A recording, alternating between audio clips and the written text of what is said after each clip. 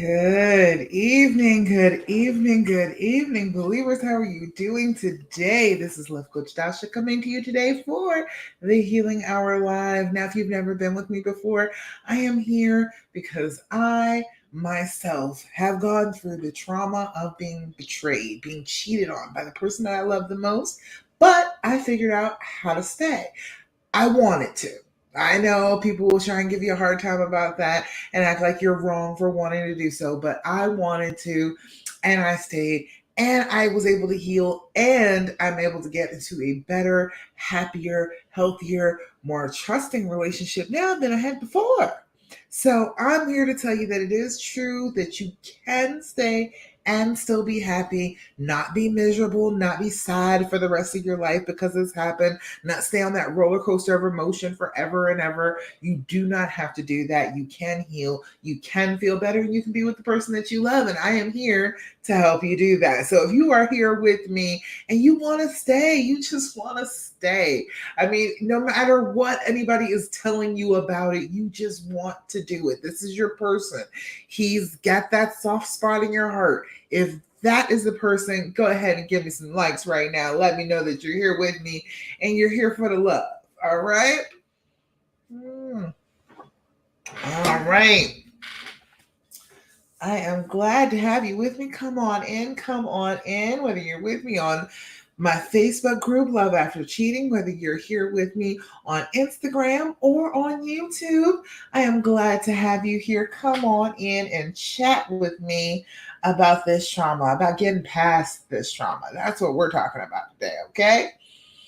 All right. So, to start off, what I normally do is I always tell you things that you can do all on your own, that you don't have to wait for him to help you fix it. You don't have to wait on him or for anything. You can feel better doing these things all on your own. So I want you to know these things first and foremost. I tell you every single solitary week. If you've never been with me before, you'll hear about it this week. But if you have been with me, let me know. Has the things that I normally tell you first thing in these videos, have they been working for you? You feel like they've been doing pretty good? Let me know. All right. Bionic Babe Selena is here. She has dropped in on Instagram. Hey girl. Glad you're here. Glad you're here. All right. So we're going to start with the basics. The basics. The first of the basics is to do your deep breathing. Have you been doing your deep breathing? If you have not been doing your deep breathing, I'm telling you, you need to jump on that. All right. I understand that it's such a simple thing that people overlook it. But when you have gone through this type of trauma, this type of betrayal, okay, this is not just a mental thing. This is not just a emotional thing. This becomes a physical thing too. When you have gone through this kind of trauma, your body is reacting like you are in danger. Okay, if you start to hyperventilate, hey, buddy, babe, I see you over there, girl. If you start to hyperventilate, if you are not regulating your breathing, that is your body taking over and saying that I feel like you are under threat and we need to help you. Body needs to kick in and do things automatically to help you. Okay. It becomes a physical thing. Hey, that's Mariah 15. I see you, girl. Hello. But every time we have dealt with this emotional thing, it becomes a physical problem. So if you are doing your deep breathing, you are stopping the physical part of this reaction, of the trauma reaction, of that fight or flight. You are doing the opposite of that automatic reaction, and you'll start to feel better if you take back control simply of your breathing. Okay, we are going to do deep breathing together. We do it every single solitary week. You can look back at any of my videos and do deep breathing with me, or you can go to YouTube and watch my breathing video. It says start here and breathe is what it says. It's one of my earlier videos. You can go on up there and get one of those, and you can sit down and do your deep breathing with me. But since I'm here with you right now, I'll go ahead and do it with you. We're going to do it 3 times together, although I want you to be doing it 5 times in a row every single solitary day. Okay. All right. So what we're going to do is we're going to do 4-7-8 breathing.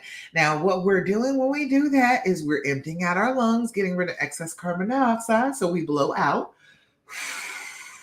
Make the noise. Make the noise of blowing. You want your brain to hear that noise and say, oh, that's a sign that we're about to calm down. We're breathing deeply. We're okay. You want that noise associated with the breathing. So do the all right. Then we're going to inhale for a count of 4. You can inhale through your nose or through your mouth if you can't breathe through your nose. Inhale for a count of 4. Hold that breath for a count of 7. You need to take a few seconds for that breath to be used. Once it gets into your lungs, it needs to attach to your blood and get to where it's going. So you got to give it a couple seconds before you blow it right back out. All right. And then we're going to blow out for a count of 8. Slow, steady exhales. Tell your brain that you are fine. You don't need that excess anxiety going on. You don't need to breathe real fast. You're not getting ready to fight anybody. You're not getting ready to run. Things are okay. All right. You are giving your body a physical sign to hold on to calm you, to center you. And you need that. We all need that. So we're going to do our deep breathing together. 4-7-8. Join along with me. If you've never done it before, trust me, it's not that hard. If you do it once or twice with me, you'll have it by the 3rd time. All right. All right. First things first, we're going to blow out. Inhale through your nose. 2, 3, 4. Hold it. 2, 3, 4, 5, 6, 7. Blow out. 2, 3, 4, 5, 6, 7, 8. Again. Inhale. 2, 3, 4. Hold it. 2, 3, 4, 5, 6, 7. Blow out. 2, 3, 4, 5, 6, 7, 8. Last time. Inhale. 2, 3, 4. Hold it. 2, 3, 4, 5, 6, 7. Blow out. 2, 3, 4, 5, 6, 7, and 8. Beautiful. How do you feel when you're doing your deep breathing? Let me know. Give me some hearts. Give me some likes. Let me know that it feels good. All right. If it feels terrible, you're going to have to comment on that. Tell me why it feels terrible if it feels terrible. But if it feels pretty good to do your deep breathing, go ahead and give me some likes. Give me some hearts. Let me know that you are with me. You are doing your deep breathing. Okay. We need to be doing that 5 times a day. Set an alarm. Okay. I see we over here on Instagram. We are saying we are feeling it. That's what I'm trying to say. All right. Good. Mariah said you needed that. It just makes you feel better. It really does. Oops, I didn't plug my computer in. Hold on. I swear I'm late every doggone week and I always forget something. Oh.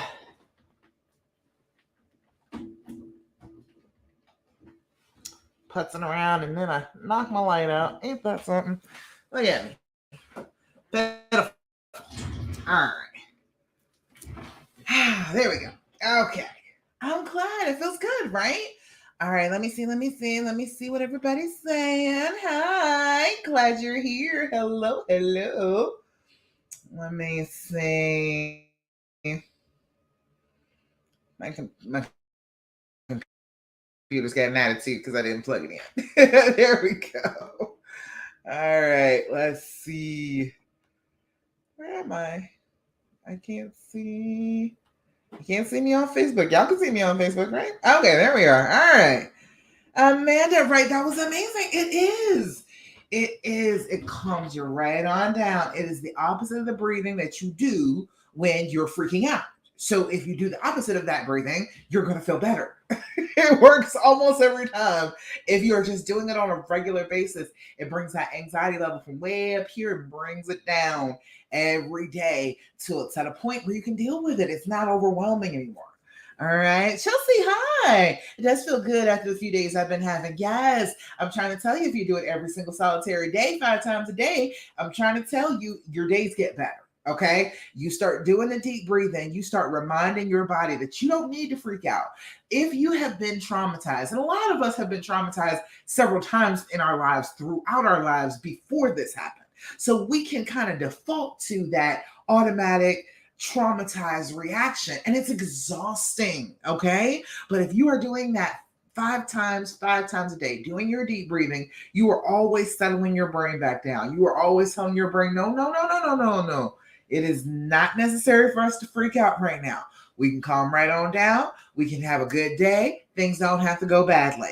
So if you're doing it on a consistent basis, it's going to do better for you. Okay. Go ahead and go for it. Christina, hi. How you doing? Glad you're here. Chelsea, you said I've been struggling pretty bad. I know, girl, it's a struggle sometimes, but you're gonna do better. This week is gonna be better than last week. You're gonna do your deep breathing. You're gonna do your journaling I'm about to talk about now. You're gonna feel better. All right, Regina, hi. Glad you're here too. You said you've been having a rough time lately. It gets like that sometimes. It's the ups, it's the downs. You have times where you're feeling really, really great about the whole decision. You feel like, okay, we can do this. It'll be fine. And then there are some days when the little monster in your head is going, oh no, you're going to be miserable. Life is going to be hard. You're going to make things terrible. It starts shouting at you. You got to just recognize it's a little monster. It is not right about things. It just wants you to think that it's right about things so that you give up. All right. Give up the hope. And then you feel like, okay, well, I gave up hope. So there's no need for me to be afraid anymore. All right. But I don't want you to give up the hope. You should have the hope. Okay. That little monster shouldn't be able to take that hope away from you to let you know that you can have the love story that you want. All right. I'm going to talk about that in a second. Hold on. Let me get through the basics first. All right. Second thing, do your journaling. Oh, girl, you're not doing your journaling, are you? I bet you're not. Tell me, let me know in the comments if you are doing your journaling. I want to hear about it, okay? Because you need to be doing your journaling. If you're not doing your journaling, you're doing yourself a disservice, okay? I'm going to tell you this every single week, so you might as well go ahead and do it, all right? Every day, I want you to first thing in the morning and last thing before you go to bed, 5 minutes. 5 minutes of just journaling your little heart out. Take everything that's in here and pour it out onto the paper in a 5-minute session, okay? If you got to do it shorthand, if you got to just make notes and try and, piece it together and just pour it out for just that 5 minutes, do it. All right. Because you need that. You need to get it out of you in a positive way that is not going to cause you problems in the relationship. If you keep on using him as your journal, you are going to ruin it. Okay. You are going to make it so you can't be together because every time you're with him, you're using him as the journal instead of using the actual journal. Then he's thinking that you are just so irrevocably broken by him that he is obviously not the right person for you. So he's just going to give up. Okay. They do it all the time. You got to stop telling him. You got to start telling your journal. There's another good reason to tell your journal, okay? If you tell your journal, what you're doing is you're writing down every day, date, time, level of anxiety. If you're doing your date and your time, that's always going to be able to tell you exactly what triggers you, when, how, why. It will give you answers about things that will bother you in the future, okay? It will help you to understand, piece together how you're being triggered, things that are going on. It's not just an up and down ride and there is no rhyme or reason to it. There is, but if you are journaling it, you'll be able to see the patterns, okay? That's another good reason to do it. Date time, level of anxiety. Level of anxiety, 0 to 10. 0 is no anxiety whatsoever. Write that down, okay? If you are doing well, you need to write down that you're doing well, okay? You got to actually say that to yourself sometimes that, hey, things aren't going awful all the time. It is a good thing to write, and it's a good thing to be able to go back and note so then you can convince your brain that, oh, no, my life isn't always horrible. Things haven't been terrible this entire time. Yes, I have bad moments, but I have good moments too. All right. And then there's 10. 10 is a complete loss of control. 10 is I want to rip my hair out, tear my clothes off, run screaming down the street naked. That is a 10. If you are not losing control of yourself, you're not at a 10. If you are sitting at your desk with your journal and your pen in hand, you are not at a 10. You know why? Because you got enough control over yourself to be able to write. All right. I'm talking about loss of control is a 10. Okay. So when you're doing that, put that at the very beginning and then put your level of anxiety at the very end. You will find just the action of writing it down, getting it off your heart, off your mind, and putting it down on the paper will let you feel a little bit better all by itself in that 5-minute span. If you do that frequently, guess what? It keeps working. All right. So we got to be working on this consistently, y'all. Okay. Sit down with your journal 5 minutes in the morning, 5 minutes before you go to bed. All right. Christina, he said, my honey traveled this week for work, first time since D-Day, and I was mostly doing really good. A few breakdowns, but otherwise I was proud of myself. I'm proud of you too, Christina. That's the Thirsty Thursday. That's the next night. And then Chelsea said, when we journal, do we just put down anything that we're feeling? Yes. Put down all the feelings, the thoughts, the links, the things that are repeating over and over and over in your brain. Write them down. You will have a picture of your trauma. It will be laid out before you on the pages and you can understand it better. When you understand it better, it doesn't just smack you down whenever it feels like it. You'll understand the processes that you go through, the thoughts that you have, how to turn away from those thoughts. You will get better clues. All right. Joni, hey girl, glad you're here. Naya Todd, I see you over there on Instagram. Hey girl, glad you're here. We're taking a little stroll down the healing path after infidelity. You sticking around, you're staying with your honey after infidelity. I know people think that's crazy, but it's not. I'll tell you a little bit more about that in a second too.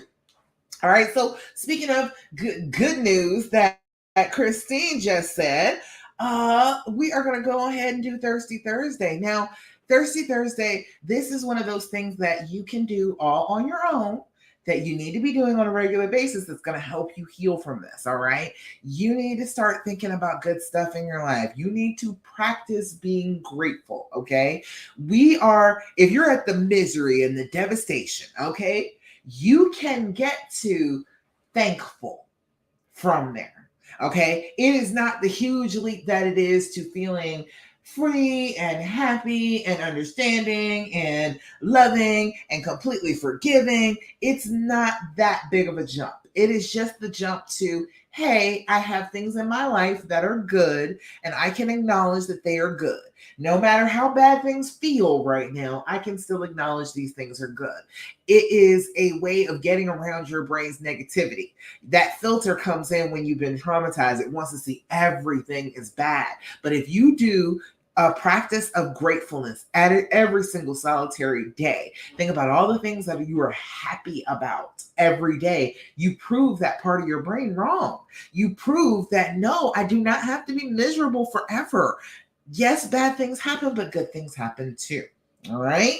So I always do Thirsty Thursday because I get to hear your good stuff. I get to hear your triumphs, get to raise a glass to you, hear about good stuff that's happening.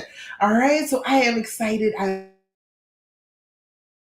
always love to do this. If you've got something positive that's happened in your life, go ahead and post it in the comments. Let me know, and I will shout you out because I'm always happy to share good news. All right. All right. So Christine, you're here. Hey.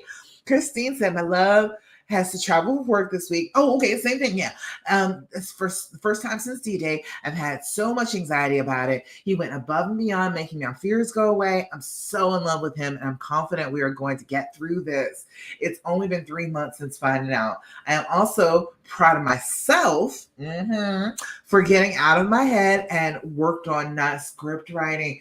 Girl, 3 months out, and he had to go away, and you were able to work on your trust. That's what the whole thing is with trusting again, forgiving. It's just practice. It's just when you have an opportunity like this to actually just do it. Go ahead and go for it. It's scary. Sure it is. But you see, it's worth it. That's your honey. And he was trying so hard to help you with it. It's great when they can do that. Some people, some guys, they're not wanting to step in there. They feel like if they try and make it better, they're going to make it worse. So that's not out of the ordinary for them not to help, but he did help you. And that's a beautiful thing. That's your honey. That's your love. See, he keeps proving you right. He keeps proving that you were absolutely right to forgive him for this. So I'm so excited for you, Christine. I'm excited that you're feeling good. Things have been going well. Let's see. Cameron said, my husband smiled. I mean, eyes light up, smiled when he kissed me. Ooh, I love it. It's like a romance novel, isn't it? Like you can see it in his eyes. Oh, it's so good. I'm so glad that you had that experience, Cameron.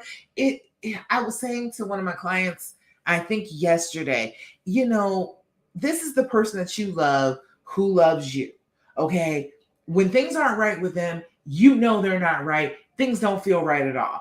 And they don't feel right for him either. Okay. But you just got to show a little bit of forgiveness, a little bit of leeway, a little bit of understanding, and just say, okay, you know what? You are still my love, even though you have been tripping and you have hurt me really badly. You're still my love. I'm still gonna believe in you. I'm not gonna believe that. I'm not gonna believe the worst of you. And we're gonna reconnect. We're gonna be okay.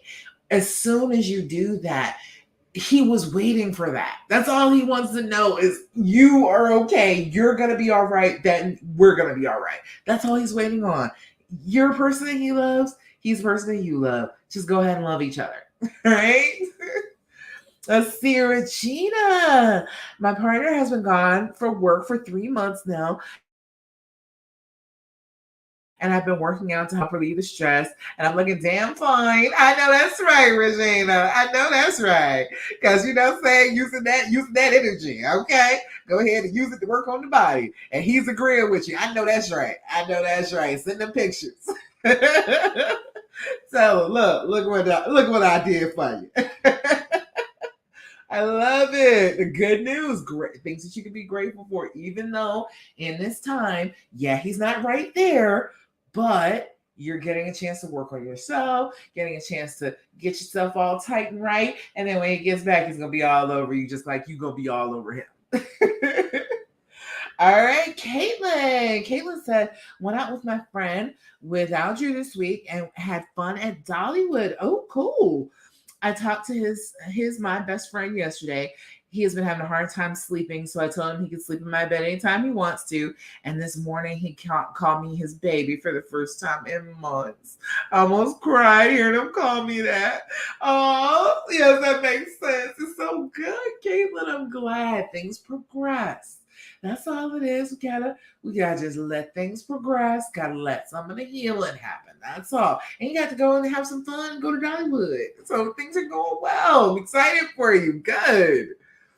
That's Mariah said, who's in charge of my healing, him or me. He broke it and he can fix it, right? No, Mariah. No, that's not how it goes at all. And if it did go like that, a lot more people would be healed because everybody thinks that it goes like that. But you are in charge of your own feelings. He is not in charge of them. Yes, he hurt them, but fixing them, getting yourself back on your feet, healing your emotions is going to be on you. He cannot go inside your brain, go inside your soul, wherever it is that your emotions reside, and do surgery on them. He cannot do it. He cannot. It's not that he wouldn't if he could, but he cannot do it. So it's always going to be up to you. And that's the good empowering part about this, because you can be absolutely broken and damn that, you don't need somebody else to fix you. You don't need that. When you come to that understanding, you get to a much better place of growth, and you decide that you're a bad bitch. That's what happens. You find out that, oh, I didn't need him to fix me. Oh, and then it's like, oh, because it's me. I'm the main character. I see. It's a very empowering thing to find out. But, I know it seems fair that, oh, you broke it, you should fix it. But I always feel like if they broke it, then damn, they really shouldn't be responsible for fixing it. They're already making bad mistakes. They're making really bad choices. I don't think I want to give over my heart for you to try and fix it. Obviously, you're messing up. So I'm going to do that. And then we'll get back together and work this out as I am fixing it myself. Okay. All right. Let's see. Chelsea is having doing pretty good up until my husband's grandpa passed away. Oh, from suicide on Monday. Goodness, I'm sorry about that. That's rough. It triggered me really bad. Then also I noticed on his screen time activity right after that, he'd been using the settings app for 1 to 3 hours. Get off his phone. No, I'm not even gonna keep on going with that. Get off his phone. Stop worrying about his settings. Stop that. Okay, you're gonna drive yourself nuts. You don't need to do it. And you're talking about the settings app. 1 to 3 hours. The settings app. What does that do? That's not a dating app, is it? It's settings. Look, seriously, get out of his phone. That would solve this entire thing. Stay out of his phone. If you can trust him day to day in your personal relationship, do that. Don't keep on trying to check up on him on his phone. You're not his mother. You're not his warden. Stop. You need to stop. It's not going to do any good for either one of you. It's not going to help you heal. It's not going to fix anything for you to be acting untrustworthy while talking about him being untrustworthy. That's just hypocritical. Leave his phone alone. Get out of his phone. Okay? I'm concerned that he's back talking to her. Yeah, because that's always what it is. When you start going, yeah, that's how you cope with that. Stay out of the phone. That's exactly how you cope with it. That's how you stop stressing about that. You are taking the settings in his phone as signal that he's talking to her again. That's a sign. You need to let it go. You need to just go ahead and put his phone down, stop going through it, and let your brain rest. Okay? Can't do it. Angela, he said, sad having to miss a lot, too many people around, no earbuds. Sorry. Oh, but hi. I'm glad you came anyway. Hi, Angela, our dear moderator. She be in here helping me, boy. She be booting these people out that are trying to spam people. She on it with me. She's on it. All right, let's see. All right. Did the third things, grateful things to be grateful for. Oh, number 4. Number 4 is what I'm always going to tell you. The same way I just told her, stop going through the phone. Chelsea, don't go through the phone. Everybody, don't go through his phone. Okay? The same way I'm telling you to do that, I am telling you stop asking questions. Now, what questions? As you can possibly stop. Every question that you can stop asking, I want you to stop asking. Even down to, how are you doing today? I want you to change it around in your brain and make it be, I hope you're doing great today. I hope you're having a wonderful day today. That, okay? As much as you can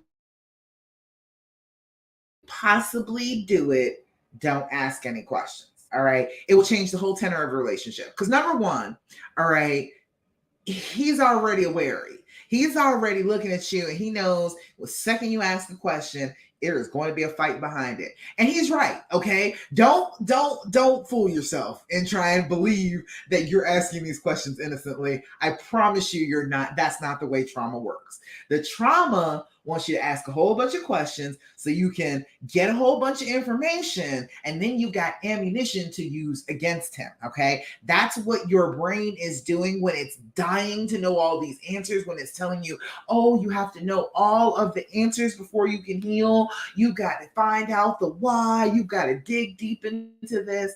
It is telling you that because it is gathering ammunition and it is stalling you from actually healing. You're saying, oh, if I can get this information first, then I can heal. It's just a procrastination. That's all it is. Your brain is procrastinating. So if you can stop that progress, every single time your brain is like, question, ask him something, find out. Every single time it does that, if you can stop yourself and, okay, question, is this Am I trying to start a fight? Am I trying to talk about what has happened? Am I trying to poke at the wound?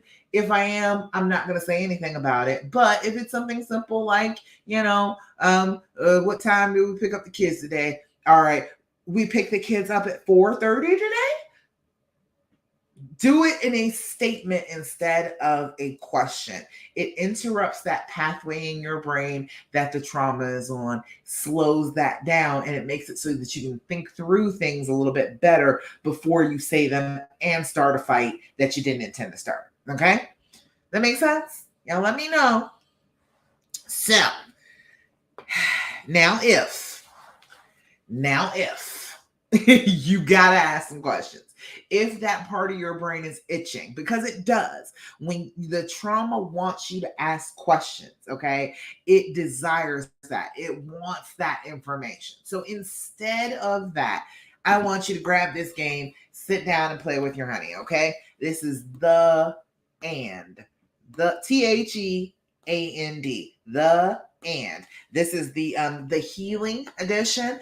These are much better questions to ask than things about the affair and, oh, how do you feel about me, and what position did you have sex with her in, and where did you meet, and where did you go sleep with her. We don't need to know all that. That is terrible information for you to have. Your brain doesn't need that. Your brain has plenty of ammunition to use without all those details. So we're going to ask different questions. All right. Give you a couple of these to ask. So what do you think I think is my greatest achievement thus far? Isn't that a freaking better question? What do you think I think my greatest achievement is thus far? Imagine he asked you that. What do you think I think my greatest achievement is thus far? And what do you think I think my greatest achievement is thus far? Let's find out. Good question, right? Much better question. If you were in my shoes, what would you do? It doesn't even say about what. It just says, what would you do? Isn't that an interesting question? If you were me, what would you do? If my husband was me, he would be giving you some very different advice than I gave you. He has no patience. All right, let's see. And one more question. Where would you like to see our relationship 5 years from now? Not a good question. Where would you like to see our relationship 5 years from now? These are great questions to ask. Much, much better than all the questions that your brain wants to ask. Okay. So if you want to ask any questions, get that set. Comes from Amazon. The And is the store. If you put that into the search bar, it will pull up their store. They have a whole bunch of them that are this one is, I've got the long-term couples edition. They got a whole bunch of them. They're great questions. Okay. All right. Got questions. Mariah, you said, I had a dream. He told me he was talking to her again. Intuition or paranoid? It is just a dream. I know it seems like it's got to be something. It has got to be telling me that he really is doing this again. It is just a dream. Your trauma-addled brain is trying to work this out, and it is fearful that that is what will happen. And that is what you believe. You think that he is talking to her again, or that he would want to. And you think that that's going to happen, and you're trying to prepare yourself for that pain. But it's a dream. That's all. It's your brain trying to work this out on its own. But it doesn't have to mean anything. It doesn't have to mean that you're paranoid. It doesn't have to mean that it's your intuition. It just means that it was a dream about something that has recently happened that was a serious, like, trauma, an amazing thing that happened in your life, and an outstanding thing. Your brain will think about it while you're sleeping. But it's really good to use your journal before you go to sleep if you're having dreams like that. Pour out the thoughts into the journal, and then it won't play itself out in your dreams. All right, that makes sense? Let's see. Chelsea. Yes, I was doing really good about staying out of it until his grandpa's death because I remembered one of the whys for people cheating was a death in the family. How can I not let the whys trigger in the future? Good point. You can sit down with your journal. You can write about his whys. Okay, and we need to have a plan for every single time one of those whys comes up in life. Okay, what am I gonna do? Because you are being triggered by something that happened to him. All right. The first thing is, okay, his grandpa died and you went immediately to, oh, he's got a reason to cheat on me now. You got to start thinking a little bit better of the person that you love, okay? That is not going to just automatically be his first thought. Oh, here, let me go screw somebody because my grandpa died. Grief is a little bit different than that. It's not just all of a sudden, here, go screw somebody just because. It's not like that. It's the pain kind of builds. So don't automatically believe that that's going to be immediately what he goes and does. You got to think the best of him. But instead of worrying about and going through his phone, be with him. You're sitting there going through his phone. Be with him. Mourn with him. Hold him. Let him cry. If he, Lord knows if he can cry, some of them just have no idea how to cry. It takes some years to be able to do it usually. But okay, if he is hurting enough, let him cry on your shoulder. Hold him. Be with him. Don't be looking for him to do something wrong right now. You need to focus on him, not you. Because then that makes it seem like he's out there all by himself in this grief. That's what makes him want to go and connect with somebody, because you're worried, about me. What's going to happen to me while you are experiencing this? And then that makes him feel like he's by himself. Does that make sense to you, Chelsea? Because you got to be aware of that. You got to try and remember that you're not the only person in this, and he lost somebody. He really honestly lost somebody. So you can't just be all in it for, well, what's going to happen to me because you lost somebody. No, I love you. You lost somebody. Let me be here for you. All right, switch it around. The fear is making you do that. The fear makes you feel like, oh, I have to worry about myself. I have to look out for myself. But the love is what says, no. My partner is hurting. Let me back them up as much as I can. All right. So go with the love. Don't do what the fear tells you to do. All right. Regina. Starts off with my favorite 3 words. Dasha is right. I try, girl. I try so hard. Said having my partner answer my questions actually made me feel worse. It really does.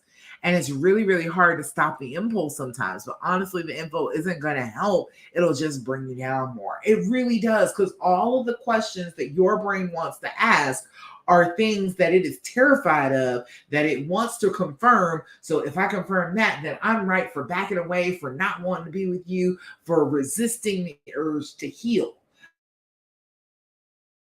The more you do that, the deeper you dig yourself, and then you're exhausted trying to dig yourself back out of it. So as much as you possibly can, don't ask a question. All right. When your brain is itching to do it, grab the cards and ask a couple of questions like that. Don't sit down. Don't make them sit down and answer questions for an hour and a half. Okay. Three cards is good for a conversation. All right.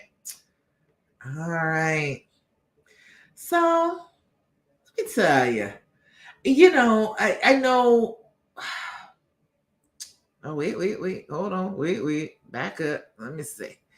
Where'd I get the card game? Oh, Amazon. Amazon. I actually got that. I actually got mine from their website, but they're on Amazon now. Yeah.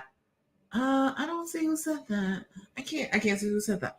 It said, okay, Amanda said, why do I feel like I need to know yet answer to all these questions? It literally drives me crazy not knowing what's going on when I'm not around. It is your brain on trauma. That's what it is. It's your brain on trauma. Your brain wants answers, because if I have answers, then somehow I can avoid this pain again.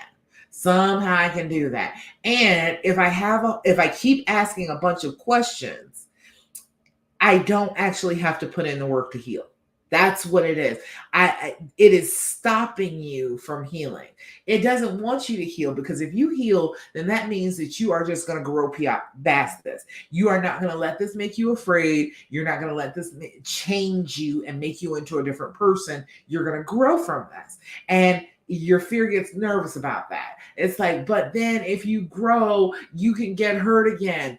I guarantee you're going to be hurt again. Don't listen to that in your brain, okay? That, oh, but you can get hurt again thought is insanity, because of course you're going to be hurt again. That's insane to think that it's possible that you couldn't be hurt again. If you are going to put your heart on the line, if you're going to open yourself up to anybody else, not just this one person, anybody else on this planet, other people are going to hurt you. It is just a gift of being a human being. We mess up. We do awful things to one another. We hurt one another sometimes. If this relationship ends, it will end one of two ways. You will break up, or one of you will die. Okay? It's going to hurt regardless. That does not mean you don't get to experience the full width and breadth of life.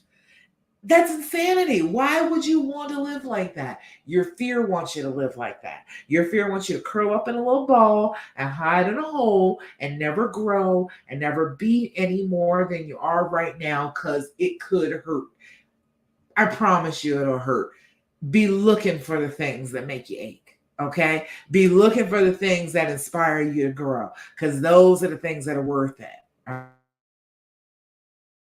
All right. If you got this love and you're willing to put your heart on the line again, even after you've been hurt, you've got an amazing thing. And you should be grateful every day for it. And you should absorb it. You should love yourself for having found it. All right. You should be excited that it's your story. You've got a love story that other people couldn't even tell.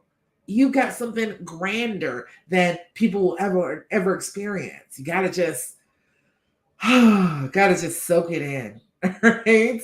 Don't worry about I get hurt again. I promise you. I promise you. It will happen. Okay? There is no need for us to be afraid of if it hurts again.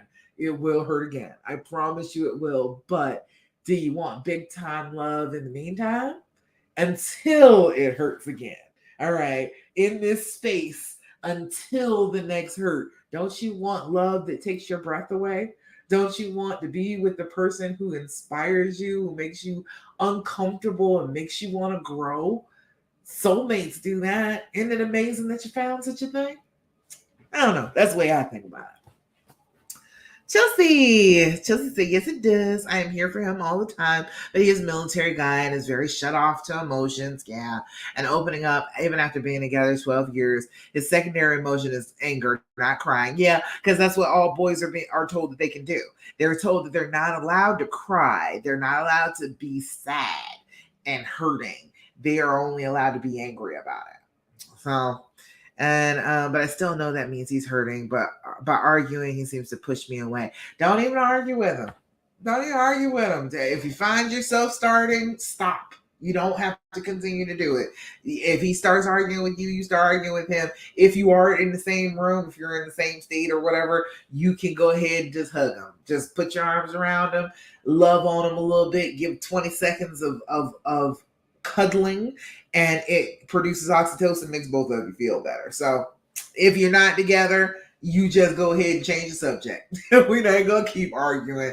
You are stressed out. You're in a different place. I can't hug you. We can't make it better. So we're not even going to argue about that right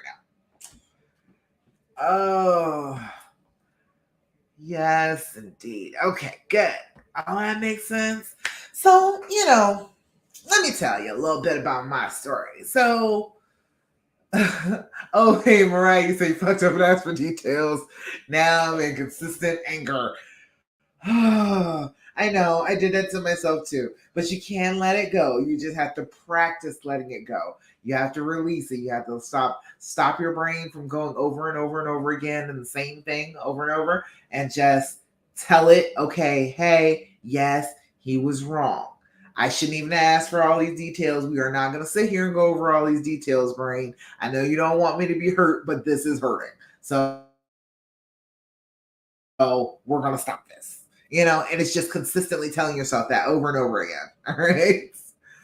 All right. But yeah, I was thinking about, when I first decided that I was going to work this out. My husband came and we were on the front porch of my mother's house. I had just walked up to the door and he goes, I have something to tell you. And my heart drops. But we're at my mother's door. I have just rung the doorbell. So I can't even really address it. So we go into the kitchen. He tells me about cheating on me for the first time. All right. This was the first time. This was not the only time. This is the very first time. And I remember that I was still so freshly in love with him that I knew very clearly. I was like, this is not going to mess us up.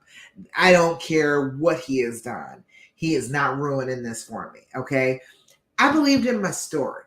That's what it came down to. I had found the one. All right.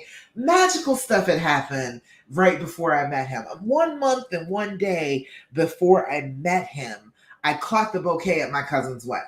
All right. Never has happened before. It never has happened since. It happened 1 month and 1 day before I met my husband. All right.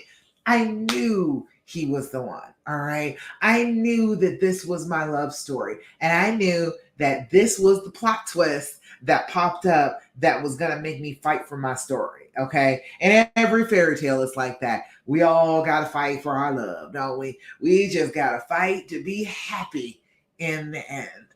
And it's worth it to fight. It's worth it to fight for your story to end the way you want it to. And that's why I do this. That's why I was able to heal, was believing in my own love story, and why I'm able to tell you all about it. And you feel me, you hear me, and you understand what I'm saying, because I'm approaching this from, you found your love story. You are the main character here, and this is your love. This is the one. And if you've got the one, what are we messing it up for? Just because they messed up, we're not going to ruin our own love story just because they're idiots. I mean, Lord, didn't we always say that men were idiots? Didn't we say that? I thought we all said that from the very beginning. So we knew that going in. All people do the wrong thing. But if you have the person that you love, and the person who loves you, and the person who completes your story, then it's perfectly fine for you to want to do this, for you to want to forgive them, for you to want to trust again, for you to want to love them. I know people will give you a hard time. That's why I made this group, the Love After Cheating group, to be a place where people weren't able to just keep on being like, you should leave them, you should leave them. If I wanted to leave them, I would.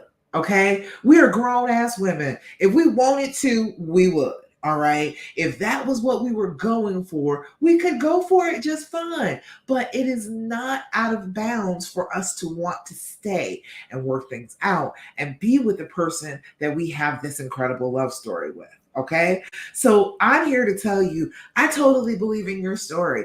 I believe that this is a great romance. This is a great love that comes along every once in a while. And I don't think you should let go of it. If this is the person that you feel so strongly about that you are willing to forgive them for something this big, then I say do that, and do it with all your heart. Okay. That's just how I feel about it. I know people will give you a hard time about it. I'm here to tell you that I feel like those people just don't understand because they've never had their story unfold. They have never had their love story open like a book in front of them and have the painful parts and the conflict to overcome and the happy ever after. They've never had that. So of course they would say that it's not worth it. But you and I know, you and I have seen it. You got the one. You got the person who turns your whole world upside down, who makes you want to do something you never thought you could do before. Then I say go for that. Open your heart up. Do as much as you possibly can to keep your story going. All right. Chelsea said, that's really amazing. I want that too. Well, you got that. This is your honey. You got to believe that that's your story. You've got to believe in your story. You wouldn't be here trying to do this if you didn't believe this was your story. I don't meet anybody really that doesn't believe it. Every now and again, somebody comes through the group and, they'd be like, oh no, I left. I couldn't take it. I divorced them. Okay, fine. Yeah. But I got a group of believers. That's why I call you believers. That's why I always say that to you, because you believe in your story. You believe that this is your great love story, and nobody can take that from you. If this is the time, if this is the person, then you do everything you possibly can to forgive and move forward. And I did that, and it was a great decision. Okay. I am so flippin' happy. I just tell him sometimes, I'm just like, hey, I'm really happy. You make me really happy. And he was like, I try. I try. I hope so. And, I just go back to doing what I'm doing. But sometimes it overwhelms me how happy I am now, how far we are from all of that. You know what I mean? He cheated for like 4 years, and now he's been good for 15. So, I'm like, I think I made a pretty good judgment call. This is not, I don't think that you all are wrong. I think if you believe in this person, then I think you're right. I think that if this is the person that you are willing to open your heart for like this, I don't think that you're wrong about that. I think that you're correct. I think that you have found somebody good, somebody who should be able to be trusted with your heart, just not completely. I don't give my heart totally up. I don't just take it out of my chest and hand it to him, but he can hold it sometimes. Right? Chelsea's, I do believe wholeheartedly it's my story, and I know he knows it's his too. It just seems like he self-sabotages it for some reason. That is, I'm trying to tell you, man, the monster in your brain. You know what I mean? The monster in your brain will tell you that, oh God, it's too good. It's too good. I cannot believe that it could possibly be this good. So let me do something to mess it up to prove that it's not this good. So, we do it too. As you're healing, you sabotage too. People don't recognize it. A lot of the time when you're healing, you will do stuff to sabotage. The questioning is sabotage. You know what I mean? Like the sitting there and having the terrible thoughts and not stopping them, not just saying, okay, hey, that's enough of that, to your own brain. That's sabotaging too. So, you just got to realize that we all do it. We're human beings. We all sabotage a little bit. We're all a little scary. We all do things that mess up our lives. And it's part of being a human being on this planet. Mariah, of course you can ask me something. How do I know he's been good for the last 15 years? I do know. Okay, in that 15 years, he was not good all the way because he had a cocaine addiction. So we had to work through that. And then he got the diagnosis that he was bipolar. So I was watching him pretty closely because of the drugs, but not because of the cheating.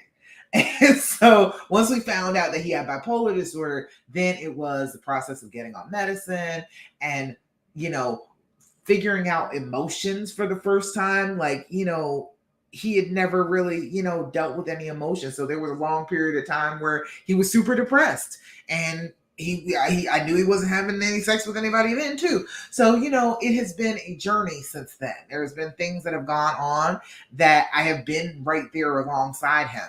And, he makes sure that I have access to his phone. I have the access. I just don't use it because I always tell you all not to do it. I set up his phone so I can get into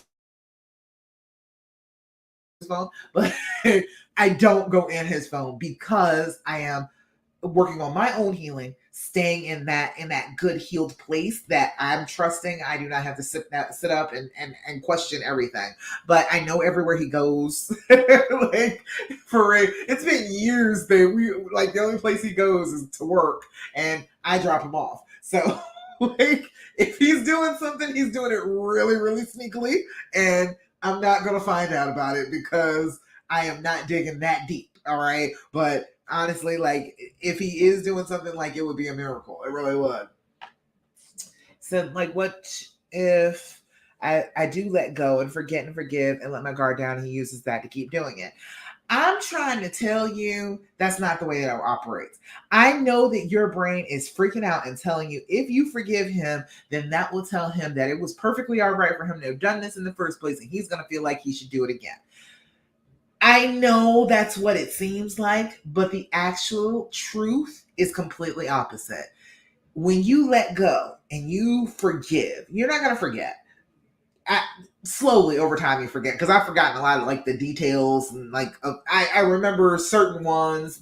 Certain ones were just like, stuff they were talking on the phone or whatever. I don't remember all those details. But if you do let go and forgive and decide to move forward and let your guard down, you are going to be doing something that is so magical, so amazing to him that he's never freaking seen before, that he will be extra careful not to ever do this again.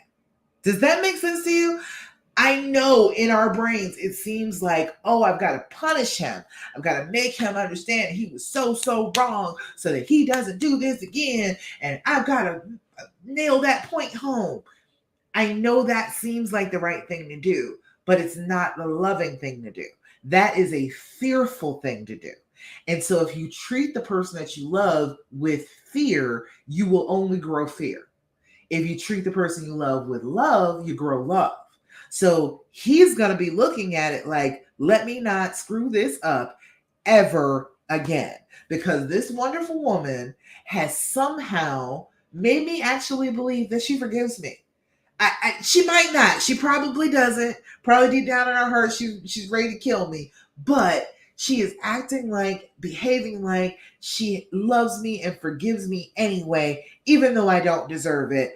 I have got to make this woman feel good. I have got to make her know how much of an amazing find she is. Let me not make any of these mistakes anymore. And that's what it is. My husband, like, regularly tells me, I wish I had never cheated on you. I wish you could have just trusted me from the very beginning. He's like, I'm really sorry for that. I just messed that all up. And he can go back now, with some hindsight, with some understanding of his whys, with some understanding like his childhood and the way that he was brought up. He can see very clearly that he was brought up to believe that this was okay. And so he's very conscientious now about teaching my son that that's not the way you treat women. That's not the way you behave. And so, I can see that change in him.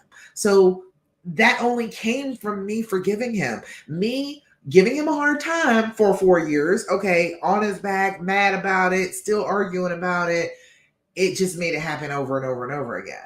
But when I forgave him and stopped talking about it and let it go and let him prove that he was doing the right things, he proved he was doing the right things.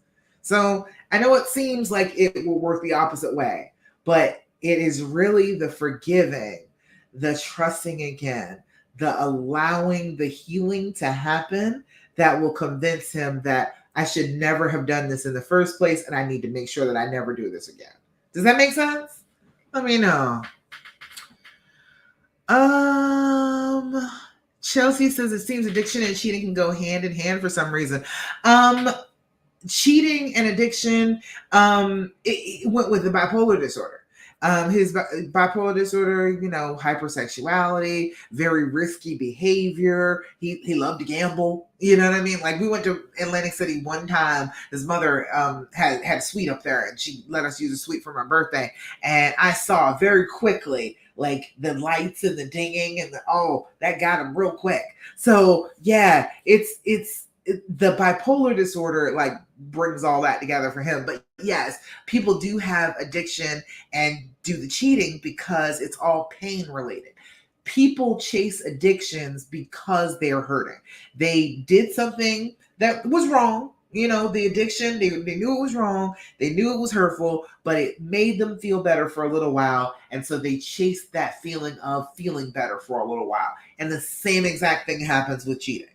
It's that feeling of feeling better for a little while. It's that excitement of, ooh, I'm doing something I'm not supposed to. And I'm talking to somebody and, this conversation is going a way that it's not supposed to go. And it goes further and further and further. And you keep chasing that high and you end up with an addiction. You cheat. So yeah, I think it all goes hand in hand. It goes together.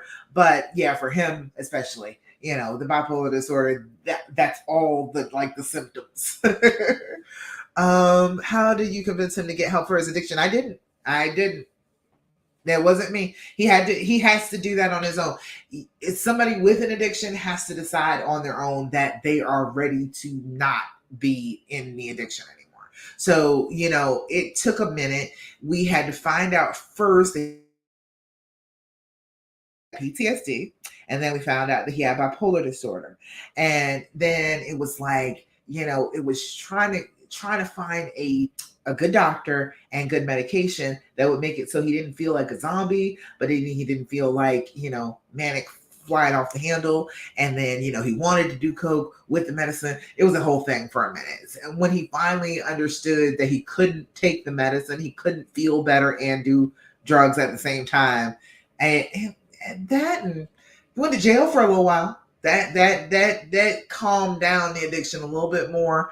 And I don't know, he just decided he had to make it up in his mind that he was ready to stop completely. So you really can't do anything to make somebody get help for an addiction. You can only be their community. You can tell them that, hey, it would be so much better for your life if you were able to get off this. I am willing to be here for you to get off of it. Just come on and get with it.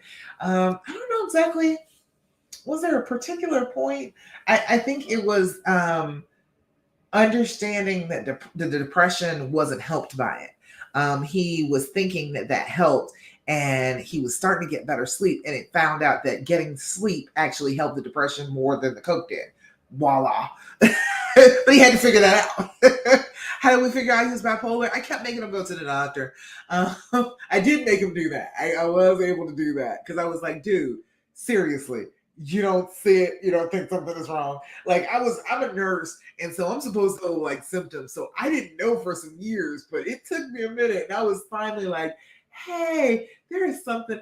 Oh, there's something really like mentally wrong.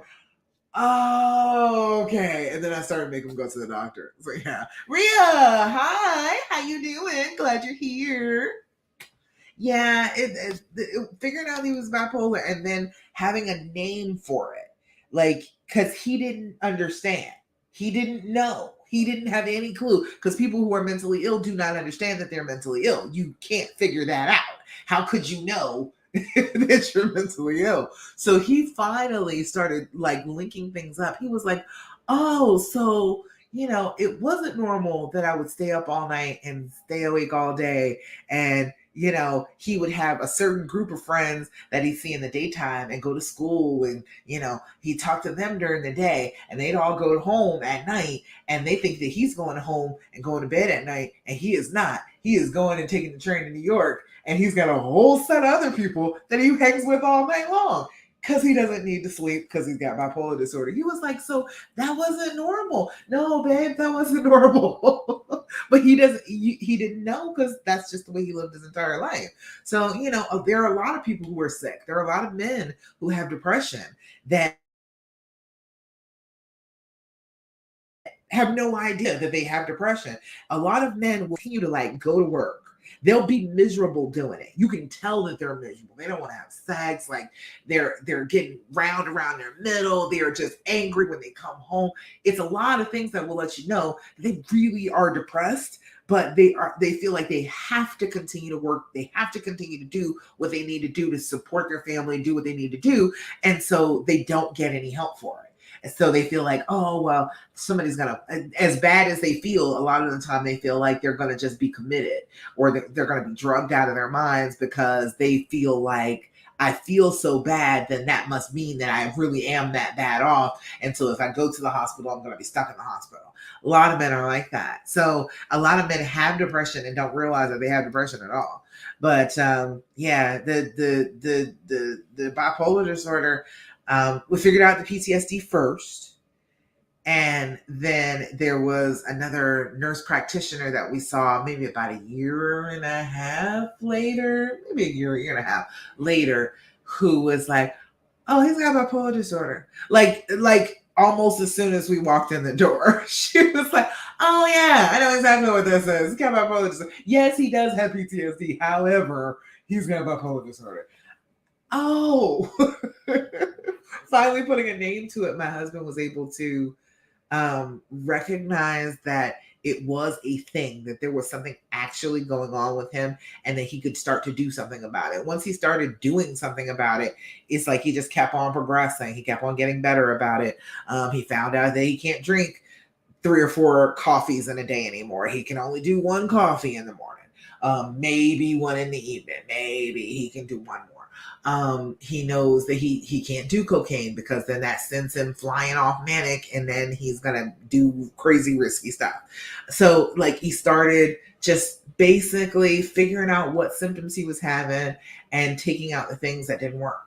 And it worked for him, but he had to do that. I just was here for him. I was just here, listening ear, shoulder to cry on when he was really trying to like come up out of the depression, come out of the feeling. I think he just got help because he was sick of feeling so depressed. Yeah. Yeah, it is true. Men in depression, man, way more have it than we think. And like they're out here trying to deal with it and not get any help for it. And they feel like they can't talk about it. So that's even worse, because that's one of the main things that does work for depression, is to be able to talk about it. And they feel like they can't talk about it. So then they're trying not to burden you. That's what he kept telling me. He was like, I don't want to bring you down with my problems. I don't want to burden you. I was like, dude, I signed papers to take on your burdens, okay? I stood up in front of a congregation and God and everybody and said that I would share your burdens. You don't get to just keep them to yourself now. Chelsea said my husband has PTSD and a TBI. Oh yeah, brain injury, yeah. And he told me since he's been on 4 tours that he has that his rubber band has been stretched so much by war that hardly anything in civilian life is exciting to him. Yeah, I can imagine. So most of the time he's bored more than the average person, I believe. Maybe, or maybe the PTSD takes so much space in his brain that when he is not in a war zone, it seems like it's super more. I think it's more of that. I don't think that he's actually bored with you and bored with his life. He would probably like to be bored. But if you got PTSD and your brain isn't functioning correctly, you feel like, oh, regular life, it's got to be more, that something bad has got to be happening. And just because this is regular life, this can't be it. Yeah, it's hard. It's hard with that, and the brain injury. I'm trying to tell you, people just don't understand how much different you are with a brain injury. You may not have inhibitions. You may not know that what you're doing is the wrong thing to be doing. So I feel for them on that. That's hard. And then when your brain isn't functioning correctly, of course you don't know that your brain is functioning incorrectly. So it's very difficult. Uh oh yeah. All right. Mariah, you said he didn't feel bad and tell me he cheated. I found out. So is he really sorry because he got caught? Oh, that happens all the time. That doesn't mean anything. Of course he wouldn't want to get caught. I always have a hard time with that one, because people are like, oh, that he's just sorry because he got caught. Well, yes, yeah, but the reason he's sorry because he got caught is because he didn't want to hurt you in the first place. It's not just because I got caught because I'm in trouble now. It is, I knew this was going to hurt you. I didn't want to tell you about it. I didn't want to be the person who hurt you. And then, okay, yeah, you find out about it, so you ended up being hurt anyway, but he didn't want you to hurt. He didn't want to tell you about it and be the person to harm you. My husband told me about it the first time. I didn't always find out about it. I always didn't find out about it like that.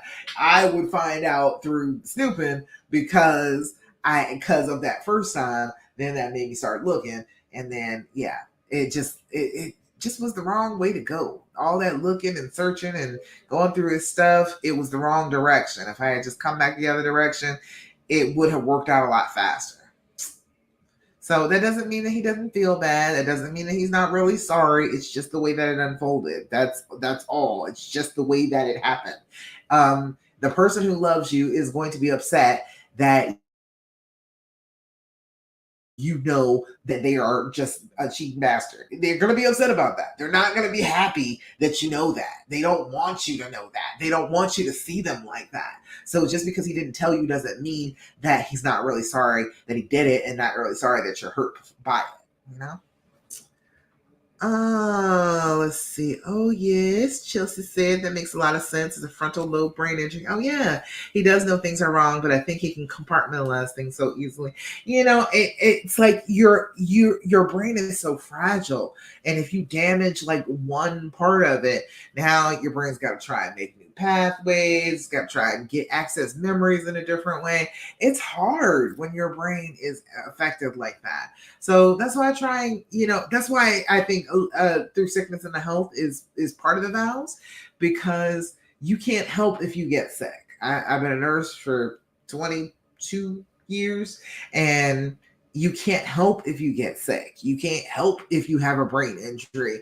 And so we're not at our best when we have those injuries, when we are sick. We're just not at our best. We don't do our best work. So yeah, I can understand him having a harder time due to the brain injury.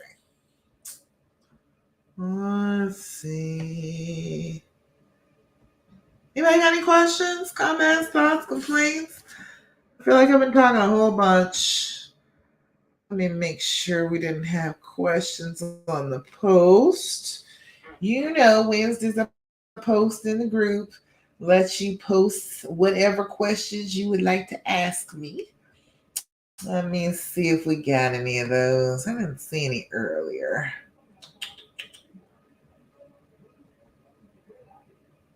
Any questions, comments, thoughts, complaints, anything going on? Any questions you want me to answer? I am here for you. I can't even find the post. If you've got, if you want to work with me, you want to talk with me, I'm having a little invitation only thing coming up. So if you would like to get in on that, send me a message, okay? We're going to talk about some things. Talk about this story. Okay, I don't see any questions on the post. Y'all got anything? Anything that you want to ask me before I go? Carrie, darling, hello.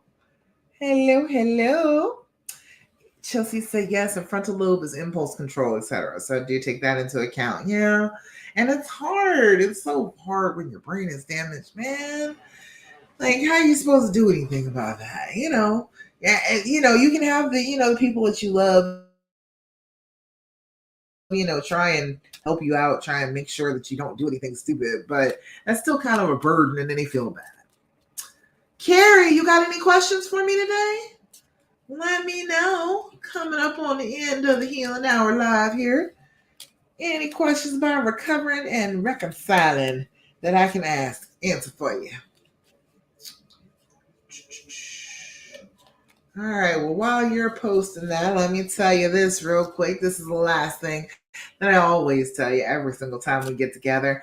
I want you to start battling those thoughts in your head. Okay. And the best way to start doing those is to do affirmations. Do affirmations.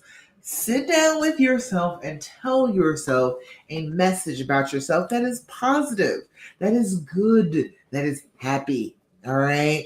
Tell yourself that you are wonderful, that you are beautiful, that you are desired, that you are lovely and feminine and understanding in the best possible way.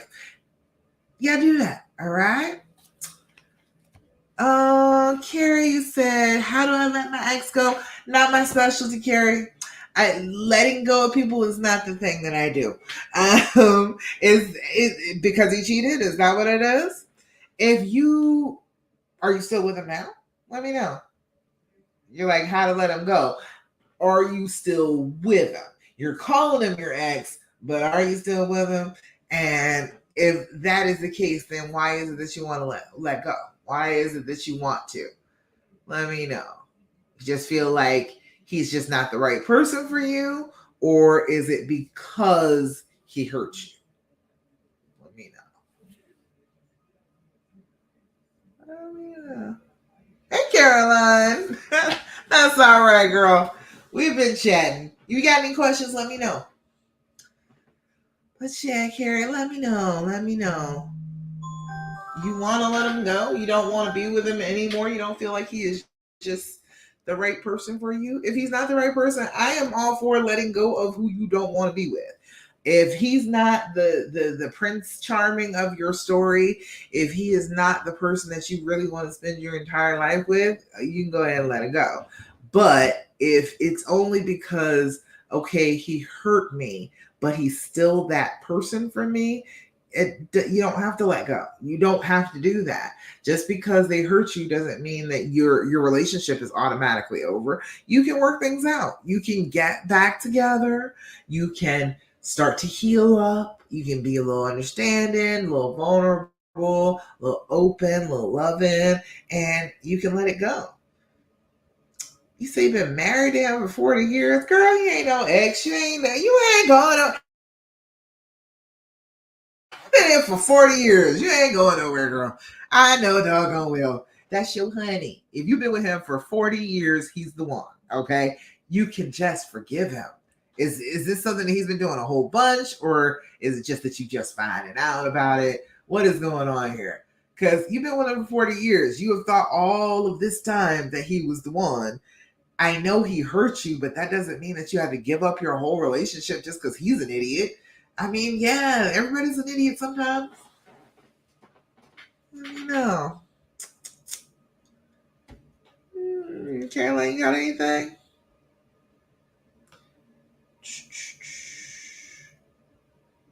You all let me know now. Send me a message. Send me a private message if you want to be in on a little invitation only thing I'm doing. Let me know you are interested. So send me a message. But yeah, Carrie, you can get past this. You do not have to sit here and suffer anymore. You can go ahead and love who you love. Yes, he was wrong. Yeah, he was wrong. That doesn't mean that you got to give up loving him. That doesn't mean that. It just means that he was wrong. It means that he hurt you. Yes, he did. But do you want to give up 40 years of love and marriage and building together because he's an idiot? Come on, El. You don't have to do that. I'm just saying, if you love him, you don't have to do that. If you want to be with him, you don't have to give him up because he hurt you. You can go ahead and send me a message too if you want to, Carrie. Let me know. All right, send me a message. We can talk about it. All right, y'all. So we're going to go to our affirmations. I want you to be saying your affirmation every day, all day long. I want you to be saying good things, positive things. Don't sit there and be like, oh, he hurt me so bad and I'm so miserable and everything is going to be so sad for the rest of time. If you keep on saying that to yourself, that is what your brain will believe. But if you say good things to your brain, you tell it that that's the message that you want it to understand and listen to, it will listen to that message instead. So you have to be choicey about the thoughts that you just let pass unguarded, unheeded. You got to be recognizing every single bad thought you're having and challenging it. Okay. So do your affirmations every single day. Look yourself in the eye and repeat it like you mean it with all your heart. All right. So for today is going to be today I am happy. Didn't I say that earlier? Said that about being with my honey. I told him I was happy. Today I am happy. Today happiness and love will fill my heart and soul all day. That's a good one. That's a good affirmation. Today I am happy. Today happiness and love will fill my heart and soul all day. And over here, if you can see it, today I am happy. Today happiness and love will fill my heart and soul all day. All right. So do your affirmations. Be making sure that you are saying good, positive messages to your brain, not just negative ones. Caroline said, what do you do if they are not really looking after their issues? You tend to yours. I promise you it is the easiest, fastest way to go about it. You tend to heal it. That's it. Don't worry about their issues. That's what I did. I healed up myself. And I was moving forward with my healing. And my husband saw me doing that. And he was like, I need to catch up. That is exactly what will happen every single solitary time. I've never seen it not work. You work on your part. That's it. Don't worry about his part. Don't count his chickens. That is not your job. Your job is just to heal. Your job is to heal and allow this relationship to be okay again. If you can do that, he will tend to his part. But if you're watching him, you're not watching your part. If it was a sound on TikTok, it said, if you are minding my business and, and you are not watching your business, who's watching your business? If you're watching my business and I'm watching my business, who's watching your business? So what I'm saying to you is handle your own business. You work on your part, the healing part. Work on that. Don't look at him. Don't worry about his healing. Don't worry about his issues. That is not your job. You do not have the responsibility of fixing his issues. He does. You only have the responsibility of fixing your own issues, your own distrust, your own brokenness, your own feelings of insecurity and inadequacy. That is the only thing that you can work on. You can't work on his stuff. All right. And I tell every single one of my clients, anybody here who's been a client of mine will tell you that I tell you that all the time. Tend to your business, tend to your part. And every single solitary time you are looking at his part, you will not be doing your own. And you will be stressed all out. And you'll get anxious. And you'll start doing worse. And then he'll start doing worse. And it becomes a terrible cycle. If you just tend to your part, healing up your part, he will tend to his part. So I'm trying, but his issues do affect our lives as well. They can. As much as you can limit that, but you've got to tend to your part. If you are going to continue to tell him that he has issues that he needs to work out, then you've got to be an active participant in working out the issues that you have to work out. You know what I mean? Like, you can't just tell somebody that they have work to do and you don't do any work. It doesn't work. Okay? It does not work. It does not work like that with human beings. If you tell somebody that they are wrong and they need to fix their stuff, they're going to look at you and be like, well, hey, what about you and your stuff? And then this becomes a back and forth, round and round forever, instead of actually working on your issues. You say, so true, I have got worse. It's as soon as you start looking at his part. As soon as you take your eyes off of what I can do to heal myself, to feel better myself, as soon as you put your eyes on what he can do, you feel a whole lot worse. It doesn't work. I am all about doing things that work. You know, I tell you, if it would work, I'd say do it, but it does not work. It just makes you feel so much worse. So literally a fight we're having.